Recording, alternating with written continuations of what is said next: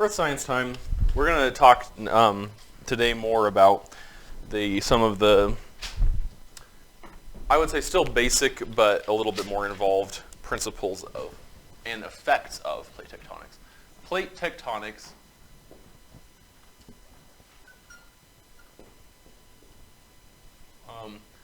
effects, let's call it that. What's the definition of an effect? And this is related to one of your CCCs, the cross-cutting concepts of all sciences. What's an effect? This is also part of just your life. It's not just science. Like the outcome of Yeah. I love that. The outcome. Whereas cause is the predecessor to an event, the effect is its outcome. Yeah, lovely.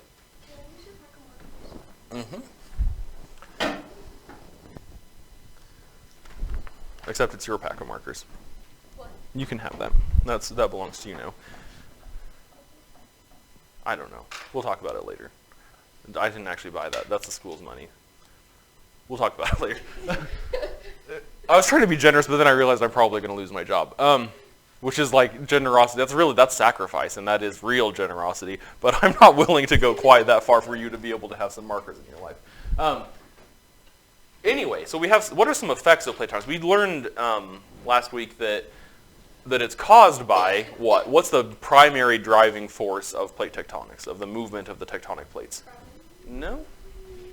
Convection currents. Convection currents, which themselves are caused by heat that is contained within Earth through gravitational collapse, maybe is what you were getting at, and nuclear decay.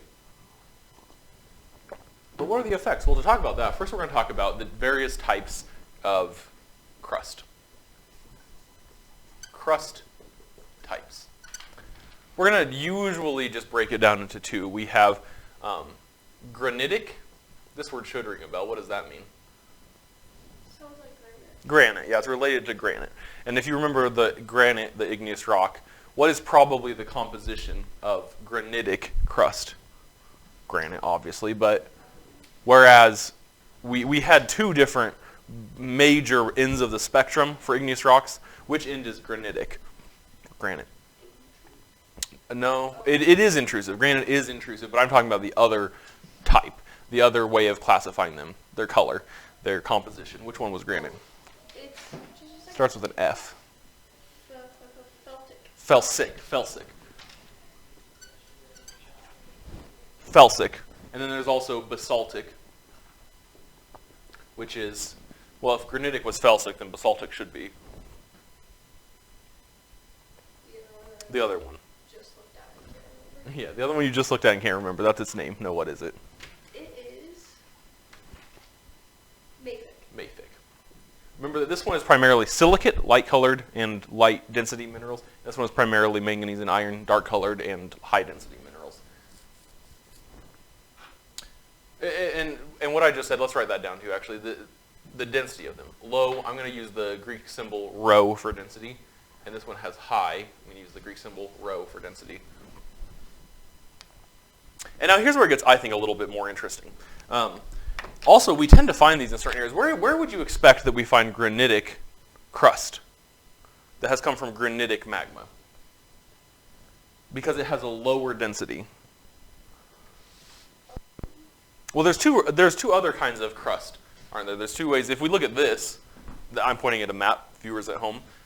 If we look at this, what are the two kinds of crust? All of this is crust, but there's two colors on this map. What are they? Water. Yeah, water and Salt. yeah, what do you call the one that isn't water? Yeah, land. So we have what we usually slightly more scientifically call marine and continental. Marine and continental crust. Which goes with which, do you think? If you had to guess, which I'm making. Marine goes with basalt, and continental goes with granite. Because, think of it this way. I'm just going to draw a little cross-section of Earth. Remember, so what have I just drawn there? If this is a cross-section of planet Earth, what's this? This one line? A plate boundary? I'm doing it this way. Like this whole thing. I've literally just drawn a line, and I'm asking you to interpret my drawing of just a line. Let me get it in a little bit more detail. I'll also even label this the core. Now what does this top line represent?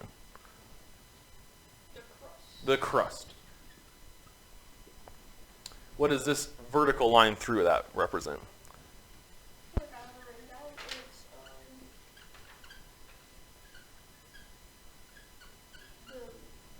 It's a plate boundary. I'm calling it a plate boundary. And then down here we have the asthenosphere. I should have probably said it like asthenosphere. It's supposed to be weak. I just made a really sexist comment, I guess. I wasn't meant to be sexist, but a voice-pitched-ist comment. And this is the outer core, of course. Outer core. There are convection currents within the asthenosphere that drive this process. But if we put a little bit more detail into our crust here, well, imagine if this is, we can think of this as roughly liquid. It's not. It's plastic. It's asthenos, but we can think of it as a liquid. Well, imagine now if we have, and this principle I'm going to illustrate here is called isostasy. Isostasy. Isostasy. I'll pronounce it right for you. Isostasy. If we have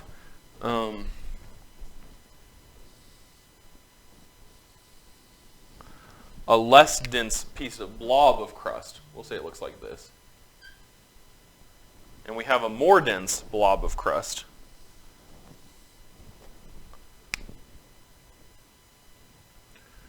you can see obviously the less dense one floats up more. Just like if we had in a little tank of water, the asthenosphere here could be represented by water, and we have a cork to represent the less dense continental crust, and maybe a block of acrylic or something that's more dense than cork but still less dense than water to represent the basaltic crust. And now you can see why it's not just coincidence. It's not just coincidence that all continental crust, or I shouldn't say all, but largely continental crust is granitic and largely basaltic crust is marine. It's not a coincidence. It's because the basaltic has a higher density, and therefore, even without water, the basaltic crust rests lower in the asthenosphere. Does this make sense so far? Let me say it again. The basaltic crust rests lower in the asthenosphere because it's more dense. And then if we plop some water on everything at this line, remember water, we could say very almost ignorantly that water will seek the lowest point. Water does not do any seeking, it can't think, but because of gravity, water is going to be pulled down to the lowest point. And if there's this much water, well now, this happens to be the ocean, and this is the land. Have you ever seen the moon? Look at the moon. Have you ever seen the moon? Yes. Got this big old black blob on it. This looks exactly like the moon, doesn't it? Another one over here. These things are basaltic magma flows. The rest of this on the moon is not, actually the whole moon is basalt, but we can think of it this way. Think of this basaltic magma flow as the basaltic crust. If there were water on the moon, well the basaltic crust would get filled in first, and so this is also where, coincidentally, they're called mare serendipitous or whatever. They're named after the Latin word for ocean, which is mare, because in the olden days, people would look up there, and I don't know that anyone ever actually thought they were oceans, but they looked up there and it reminded them of how oceans might look. But they're also basaltic crust, and so they would also be the lowest point on the moon's surface, and so they would have water on the moon if there was water on the moon. So the water has, so to speak, sought the lowest point, and this is what's left above. We could call this Europe, for instance, I don't know. This is a continent, though. So continental crust is granitic and it's less dense. Marine crust is basaltic and it's more dense. Now what happens when these things collide? What do we call the type of plate boundary that is a collision of them? Convergent. Yeah, convergent. And if that happens with these guys, if these two things are colliding, I drew this as separating. Let me redraw my little arrows here. We need them to be colliding for this part. Okay, if these things are colliding, convergent plate boundary, what's going to happen? I mean, no, this won't be the mid-ocean ridge. This is what kind of zone? We have a vocab word for it. Yeah, subduction. This process of subduction is, because the basaltic crust is more dense, it goes underneath the granitic crust as they move together. Subduction. And this right here, as this basaltic crust gets pulled under the granitic crust, this is where we get trenches. things like the Mariana Trench, the deepest point on Earth's surface, is because of this phenomenon.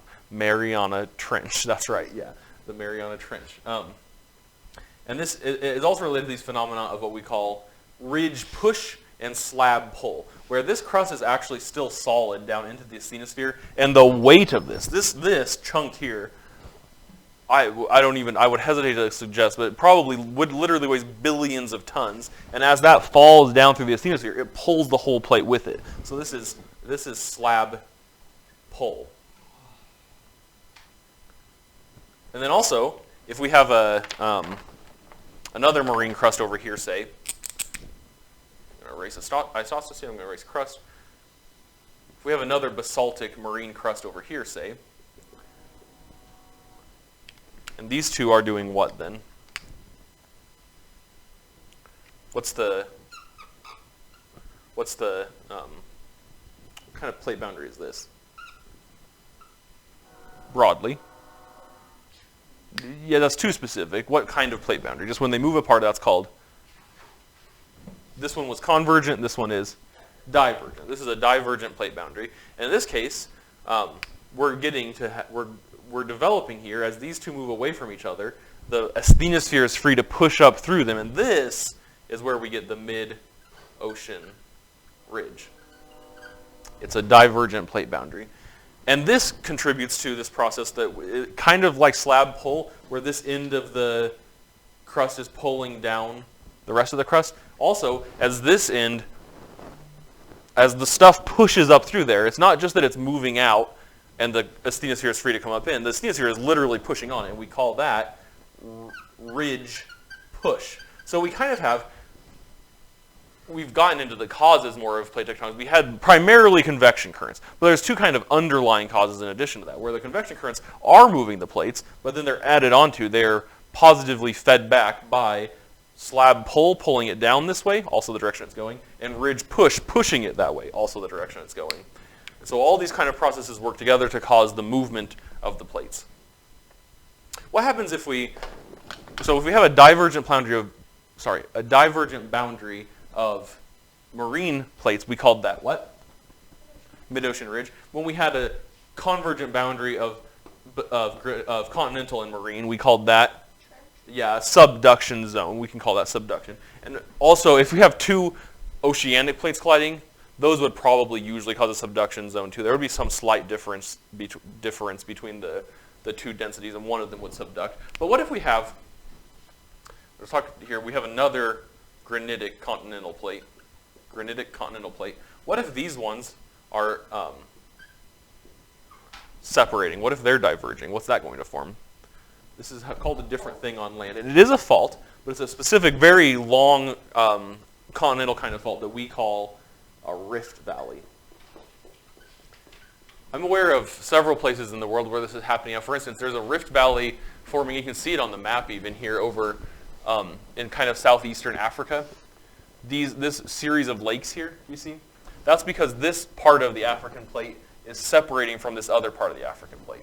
And that's a rift zone. It's called the Great Rift Valley. There's another place which is much younger of a rift zone, but here in southeastern America, right along the Mississippi River is something called the New Madrid Fault, which is a rift zone. And so really this North American plate is actually splitting in two. So it's not just two plates separating, it's one plate splitting in two, which is called a rift zone, a rift valley. And then lastly, if we have another chunk of granitic crust here, and now these two are colliding. What is that going to form? We call this does anyone remember from your little graham crackers or from your explorations? We have two continental crusts colliding. What do? Yeah, mountains. In fact, we usually call them a crumple zone, but it does form mountains. They just kind of, it's like your wet graham crackers. These two crusts, they come together, since they can't, neither one's going to subduct because they're both less dense than the asthenosphere. They just kind of, and they form a mountain range. That's how the Rocky Mountains formed. It's how the Himalayan mountains formed. It's how the Appalachian Mountains formed before them. But all these things have these kind of different effects. And one way, here, let me get into a piece of evidence that I think is really neat for this. We talked about Wegener's evidence, but one piece of evidence that your Iceland video is going to tell you about too, that was discovered as they were doing oceanic surveys. Let's say here's you in a boat on the ocean, and you're on a research boat, and it's called the SS Research, which is a good name for a research boat. The SS Research, and here's you. You're standing right on it. That's Kyla, and this is Marissa, and you guys are doing the King of the World thing. And then Tristan is in the back fishing, probably. I assume you fished, Tristan. Am I wrong?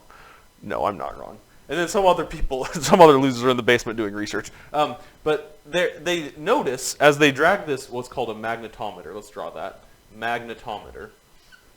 This might be the messiest board I've ever done in my life. But as they have this magnetometer, this device capable of detecting magnetic fields, they notice that there's these parallel stripes of normal and reversed polarity.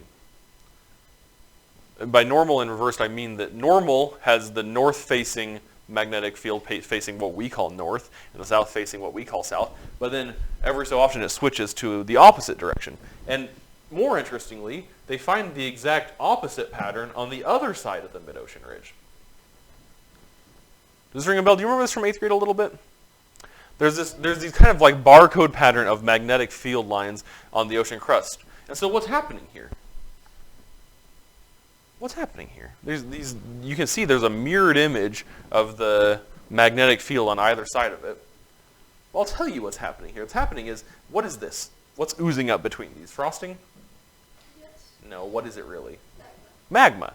Which is what state of matter is magma? Liquid. So let's zoom in on the magma real quick. Magma has all these different iron, mafic, iron atoms, which can be magnetic. It's not only iron, but it has iron atoms that can be magnetic. We're going to indicate them this way. And as they're liquid and free to move around, they align themselves with Earth's magnetic pole. Okay? So now instead of just being randomly arranged like they are in a liquid, they all align themselves. They line up, which gives them a magnetic field. So far, so good, right? Just like when you have some nails or a paper clip and a magnet, and eventually you take the paper clip off, and it itself is magnetic. You can like stick it to your fridge, just the paper clip, because all the iron atoms in the paper clip have aligned to the magnetic field of the magnet. Same kind of thing happens, except they're aligning to the magnetic field of Earth. And then when they cool, they get locked in that way. They're stuck like that forever, until this gets subducted clear on the other end. But every 20 to 40, maybe even 100,000 years, Earth's entire magnetic field itself shifts. So instead of having what we call the north magnetic pole at the top, the north, and the south magnetic pole at the bottom, the south, it flips. In fact, it's in the process of flipping right now. There are something like 14 magnetic poles on Earth's surface right now because it's in the process of flipping. But every so often, the entire magnetic field flips. So one time I watched this video about like the future of The future, yeah. and it was talking about how Yeah. first magnetic poles are going to flip. And they are currently flipping. It's getting. A value judgment call would be that it's getting worse and worse. It's getting more and more exacerbated. It's becoming more and more different from how it is now. Whether that's worse or not, I mean, like if you're a compass manufacturer, that's worse because they're all thrown off. Not at this moment, but they will be in the future. You. Oh, I was going to ask what it would do to a compass wouldn't read correctly. Yeah, compass won't read correctly. A lot of GPS goes off Earth's magnetic field. The geese will fly the wrong direction. They all have little magnetic field sensors in their head. Will you lose your sense of direction to some extent? There's some interesting biological research that the trope of men having a better sense of direction than women is true because of the way that people are able to interact with magnetic fields. And that's on average. Some men might have a worse job with that, but it's a biological thing. In the same way that like some people's pancreas works better than others, and that's why they get diabetes. Some people's magnetic field detectors work better than others. They have a better sense of direction. So like, what will happen? What will happen to us? It will be long after we're probably dead, maybe, I don't know. But what happens with this is that now, if this flips, we'll say over the course, and it really doesn't take very long. It's usually over the course of several hundred years, which to us that's a long time. But in geologic time, that's really nothing. And so every 40 to 100,000 years maybe, this happens over the course of 100 years. And now the magma that's coming out is the other direction because the Earth's magnetic pole has flipped because this is flipped. You see? And so these ones with reverse polarity, and how do we know that happens? Well, exactly this. We see in record that the Earth's magnetic field has changed. And that allows us to tell that this is that this process is occurring. We actually have like a built-in record here of how long the mid-ocean ridge has been forming, which not only lends evidence to the fact that the plates move, which it does, but it also happens to correspond with everything else we know. So for instance, we had said last time that if these are moving a centimeter apart every year, and they're X number of meters apart now, well, we can tell how long that's been happening, right? Do you see what I mean? But also we can correlate that information with this, and they come out to the same number. That these all line up, that this has been occurring for whatever, 60 or 150 million years or whatever it is for the Atlantic Ocean. Not canyon, whatever it was I was saying about that, it's slowly separating that we were watching Yeah. the video. Does it always go like, just for example, like 1 centimeter a year, or can some years like go like 3 centimeters? That's a great question. I would guess that the first thing you said is true on average, but surely how it actually moves is quite a lot, even on some days. Like it might move, you wouldn't notice it, but it might move 2 millimeters in a week and then rest, so to speak, for a month. You know what I mean? I would guess that's it. It usually is that way because of the friction between the plates, and that's why things like earthquakes happen. An earthquake is when it moves quite a lot in a very little bit of time, and then doesn't move again for a while. How come they do move so slow? Like, is there like a thing that they move slower than faster? Yeah, we certainly wouldn't want them to move very fast. You know, if they're moving at 30 miles an hour, they'll run over your dog. I don't know. I mean, you wouldn't want that. Also, you see, like, in the movies, like, the ground opens up and there's hell down there and you don't want to fall into the chasm. And that very rarely happens. Like, the ground might, the soil or the bedrock even might crack open and make a little chasm. But it's not going to be, like, straight down to, it's not like when the divergent boundary happens, it's like straight down there. And if you drop your fish hook, see you later, because the devil's going to eat it. That's not really how it works. A chasm could form, but that's probably just a chasm in the soil. Or it may be the bedrock. I'm trying to think if I've forgotten anything. Does the main, I don't know, I would say the main kind of confusing bit of this is to kind of understand how the magnetic fields are evidence for the movement of plate tectonics. Does that make sense mostly? And you understand these are really just vocab words, but you understand these different ways that plates can move, and especially how these kinds of different magma relate to the different way that they collide or diverge. Yes? What's that? That's magma. That's my magma coming out of a volcano. Well, do you know what kind of magma that is? We're going to talk about this again when we get a little bit further into this unit or maybe the next unit. But you know what kind of magma that is? It's basaltic. Yeah, this one is generally runny magma, and this one's usually chunky magma. And this one usually generates explosive eruptions, like, and there's a big old cloud of gas and dust and stuff, and a pyroclastic flow, and everyone for hundreds of miles, like Vesuvius was a granitic eruption. Mount St. Helens was a granitic eruption. But the basaltic ones are really like a runny nose, like it just continually liquidly runs out, like Hawaii, for instance. Yeah, like there are places in Hawaii where that's happening, and they've just built like a metal grate on the road over, and you just like drive over the magma like we would drive over the White River. You don't get out and go fishing in it. Questions? I can